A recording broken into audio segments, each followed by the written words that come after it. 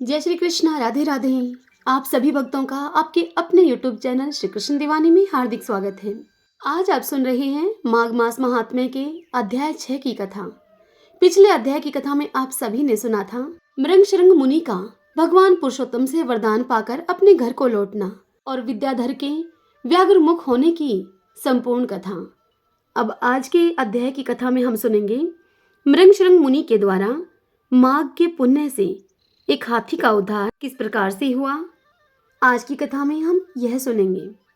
तो आइए सर्वप्रथम भगवान का स्मरण करते हुए आप सभी मेरे साथ बोलिए, श्री लक्ष्मी नारायण भगवान की जय। ओम नमो भगवते वासुदेवाय। श्री राधा कृष्णाभ्याम नमो नमः। भगवान शंकर माता पार्वती की जय।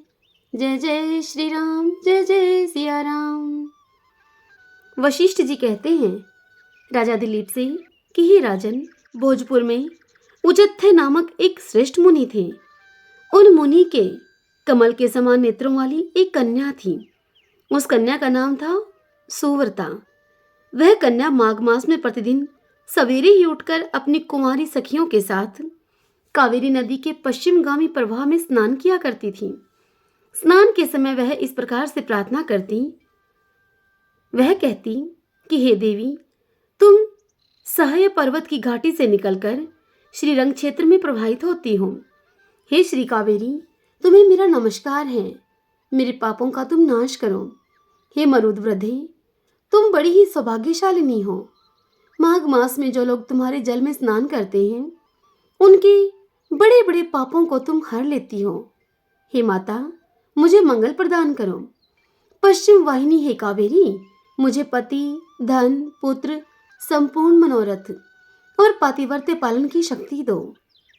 इस प्रकार से यूं कहकर वह सुव्रता माघ का स्नान करते समय प्रातःकाल कावेरी नदी को प्रणाम करती और जब कुछ कुछ सूर्य का उदय होने लगता, ठीक उसी समय वह नित्य स्नान किया करती थी। इस प्रकार उसने 3 वर्षों तक माघ का स्नान किया। उसका उत्तम चरित्र और गृह कार्य में चतुरता देखकर उसके पिता का मन बड़ा ही प्रसन्न रहा करता था। उसके पिता सोचने लगे कि अपनी इस कन्या का विवाह किससे करूं। इसी बीच में ही कुत्स मुनि ने अपने पुत्र ब्रह्मचारी वत्स का विवाह करने के लिए उजत्थे की सुमुखी कन्या सुव्रता का वर्ण करने का विचार किया। सुव्रता बड़ी ही सुंदरी थी। उसमें अनेक शुभ लक्षण थे। वह बाहर भीतर से शुद्ध तथा निरोग थी। उस समय उसकी कहीं तुलना नहीं थी। वत्स मुनि ने उससे विवाह करने की अभिलाषा की।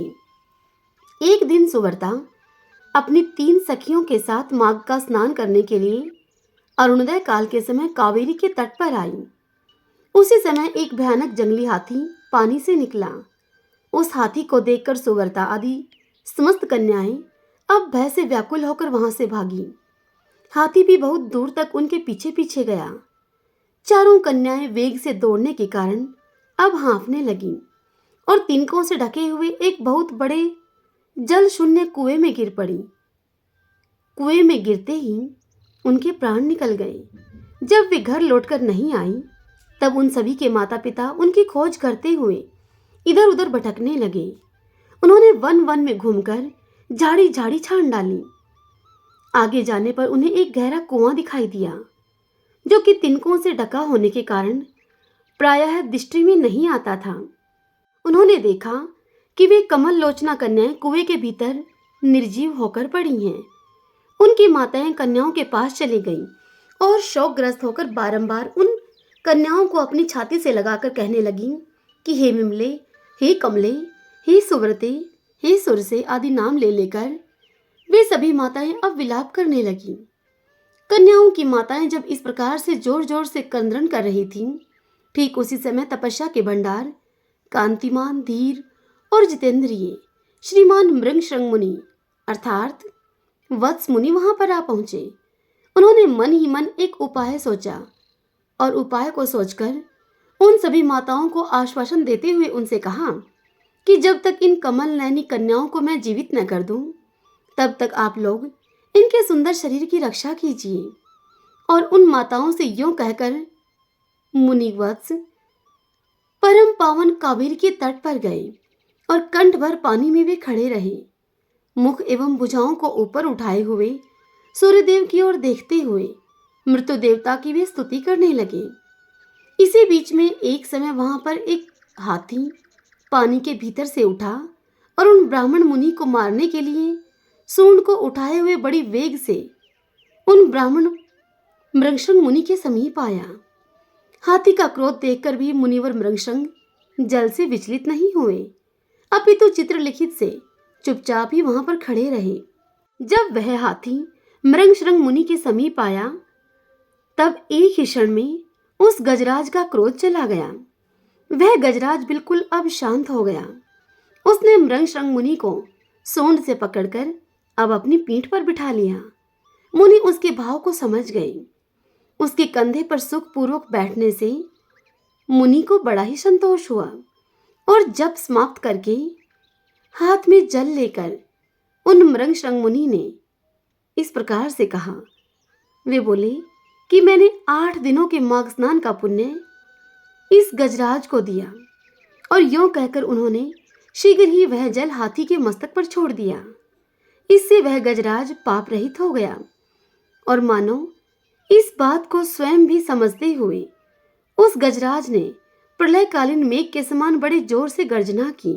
उसकी इस गर्जना से मृगशृंग मुनि को बड़ी ही प्रसन्नता हुई और उन्होंने कृपा पूर्वक उस गजराज की ओर देखकर उसके ऊपर अपना हाथ फेरा। मुनि के हाथ का स्पर्श होने से उसने हाथी का शरीर त्याग दिया और आकाश में देवता की भांति दिव्य रूप धारण किए हुए दृष्टिगोचर हुआ। उस रूप में उसे देखकर मुनीश्वर मृगशृंग को बड़ा ही विस्मय हुआ। तब दिव्य रूपधारी उस जीव ने कहा मृगशृंग मुनि से कि हे मुनीश्वर, मैं कृतार्थ हो गया, क्योंकि आपने मुझे अत्यंत निंदित एवं पापमयी पशु योनि से मुक्त कर दिया है। हे दयानिधि, अब मैं अपना सारा वृत्तांत आपसे बतलाता हूँ, सुनिए। हरि ओम तत्सत। ओम नमो भगवते वासुदेवाय। आइए भगतजनों, अब हम माघ स्नान की आज की कहानी का श्रवण करते हैं। पथवारी माता की कहानी। एक बुढ़िया माई थी। उस बुढ़िया माई के 4 बेटे थे और उस बुढ़िया माई के पास 4 भैंस भी थी। कार्तिक का महीना आया। यह देखकर बुढ़िया माई अब अपनी बहुओं से कहने लगी कि मैं तो कार्तिक नहाने के लिए जाऊंगी, तुम लोग एक एक भैंस ले लो। 1 महीने में वापस आऊंगी मैं, जब मैं देखूंगी कि तुम में से कौन सी बहू ने सबसे ज्यादा घी जोड़ कर रखा है। तीनों बहुएं बड़ी ही चालाक थी। छोटी बहू को ना तो दूध बिलोना आता था और ना ही घी निकालना। तीनों देवरानी जेठानी आपस में कहने लगी, अब देखेंगे यह छोटी इस भैंस का समस्त कार्य कैसे करेगी, कैसे यह घी जोड़ेगी। सासू अपनी उस छोटी बहू से अत्यधिक प्रेम करती थी। छोटी बहू को कोई कुछ नहीं बताता था। वह छोटी बहू बड़ी ही भोली थी। वह छोटी बहू अपना सारा दूध दही पीपल की पथवारी में गिरा देती थी। अब इसी तरह से 1 महीना पूरा हो गया। तीनों बहुओं ने डिब्बा भर के घी जोड़ रखा था। छोटी बहू पथवारी माता से जाकर बोली कि मेरी सासू आएगी तो मैं उनको घी कहाँ से दिखाऊंगी। यह सुनकर पथवारी माता छोटी बहू से बोली कि तू 4 कंकर ले जा और ले जाकर इन 4 कंकरों को डिब्बे में डाल देना। बाकी बहुओं का एक एक डिब्बा भरा होगा और तेरे 4 डिब्बे भर जाएंगे। अब उस छोटी बहू ने पथवारी माता के कहे के अनुसार वहां से 4 कंकर उठा लिए और अपने घर लेकर चली गई और 4 अलग अलग डिब्बों में उन 4 कंकरों को डाल दिया। उसके 4 डिब्बे अब घी से भर गए। सासू आई तो कहने लगी कि लाओ री, अपना अपना घी दिखाओ मुझे, किसने कितना घी जमा किया है। अब तीनों बहुएं बड़ी ही खुशी खुशी अपने डिब्बे लेकर वहां पर आई और आपस में कहने लगी कि अब सासू जी इस छोटी को डांटेंगी। अब बड़ी 3 बहुएं तो अपना अपना एक डिब्बा लेकर आई और सबसे छोटी बहू 4 डिब्बे उठाकर लाई। बाकी 3 बहुएं कहने लगी कि इसने तो कभी दूध जमाया ही नहीं, कभी दही बिलोया ही नहीं, फिर ये इतना घी भला कहाँ से लेकर आई है। अवश्य ही इसके पति ने कहीं से इसको लाकर दिया होगा। अपनी जेठानियों की यह बात सुनकर वह छोटी बहू उनसे कहने लगी कि मुझे तो बिलोना नहीं आता था, और ना ही मुझे किसी ने बताया था। सो मैं दूध तो पीपल में और दही पथवारी में सींच देती थी। मुझे तो यह इतना घी पथवारी माता ने दिया है।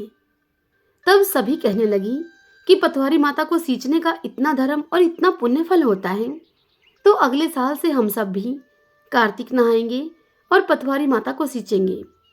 हे पथवारी माता, जैसे आपने उस छोटी बहू को दिया, उसका मान रखा, ठीक वैसे ही सबका मान रखना। इस कथा को कहते सुनते हुंकारा भरते सभी पर अपनी कृपा करना। सभी बोलिए पीपल पथवारी की जय। आइए भगतजनों, अब हम 5 बार प्रभु के नाम का संकीर्तन करते हुए इस कथा के समापन की ओर चलें। श्री कृष्ण गोविंदे हरि मुरारी, हे नाथ नारायण वासुदेव।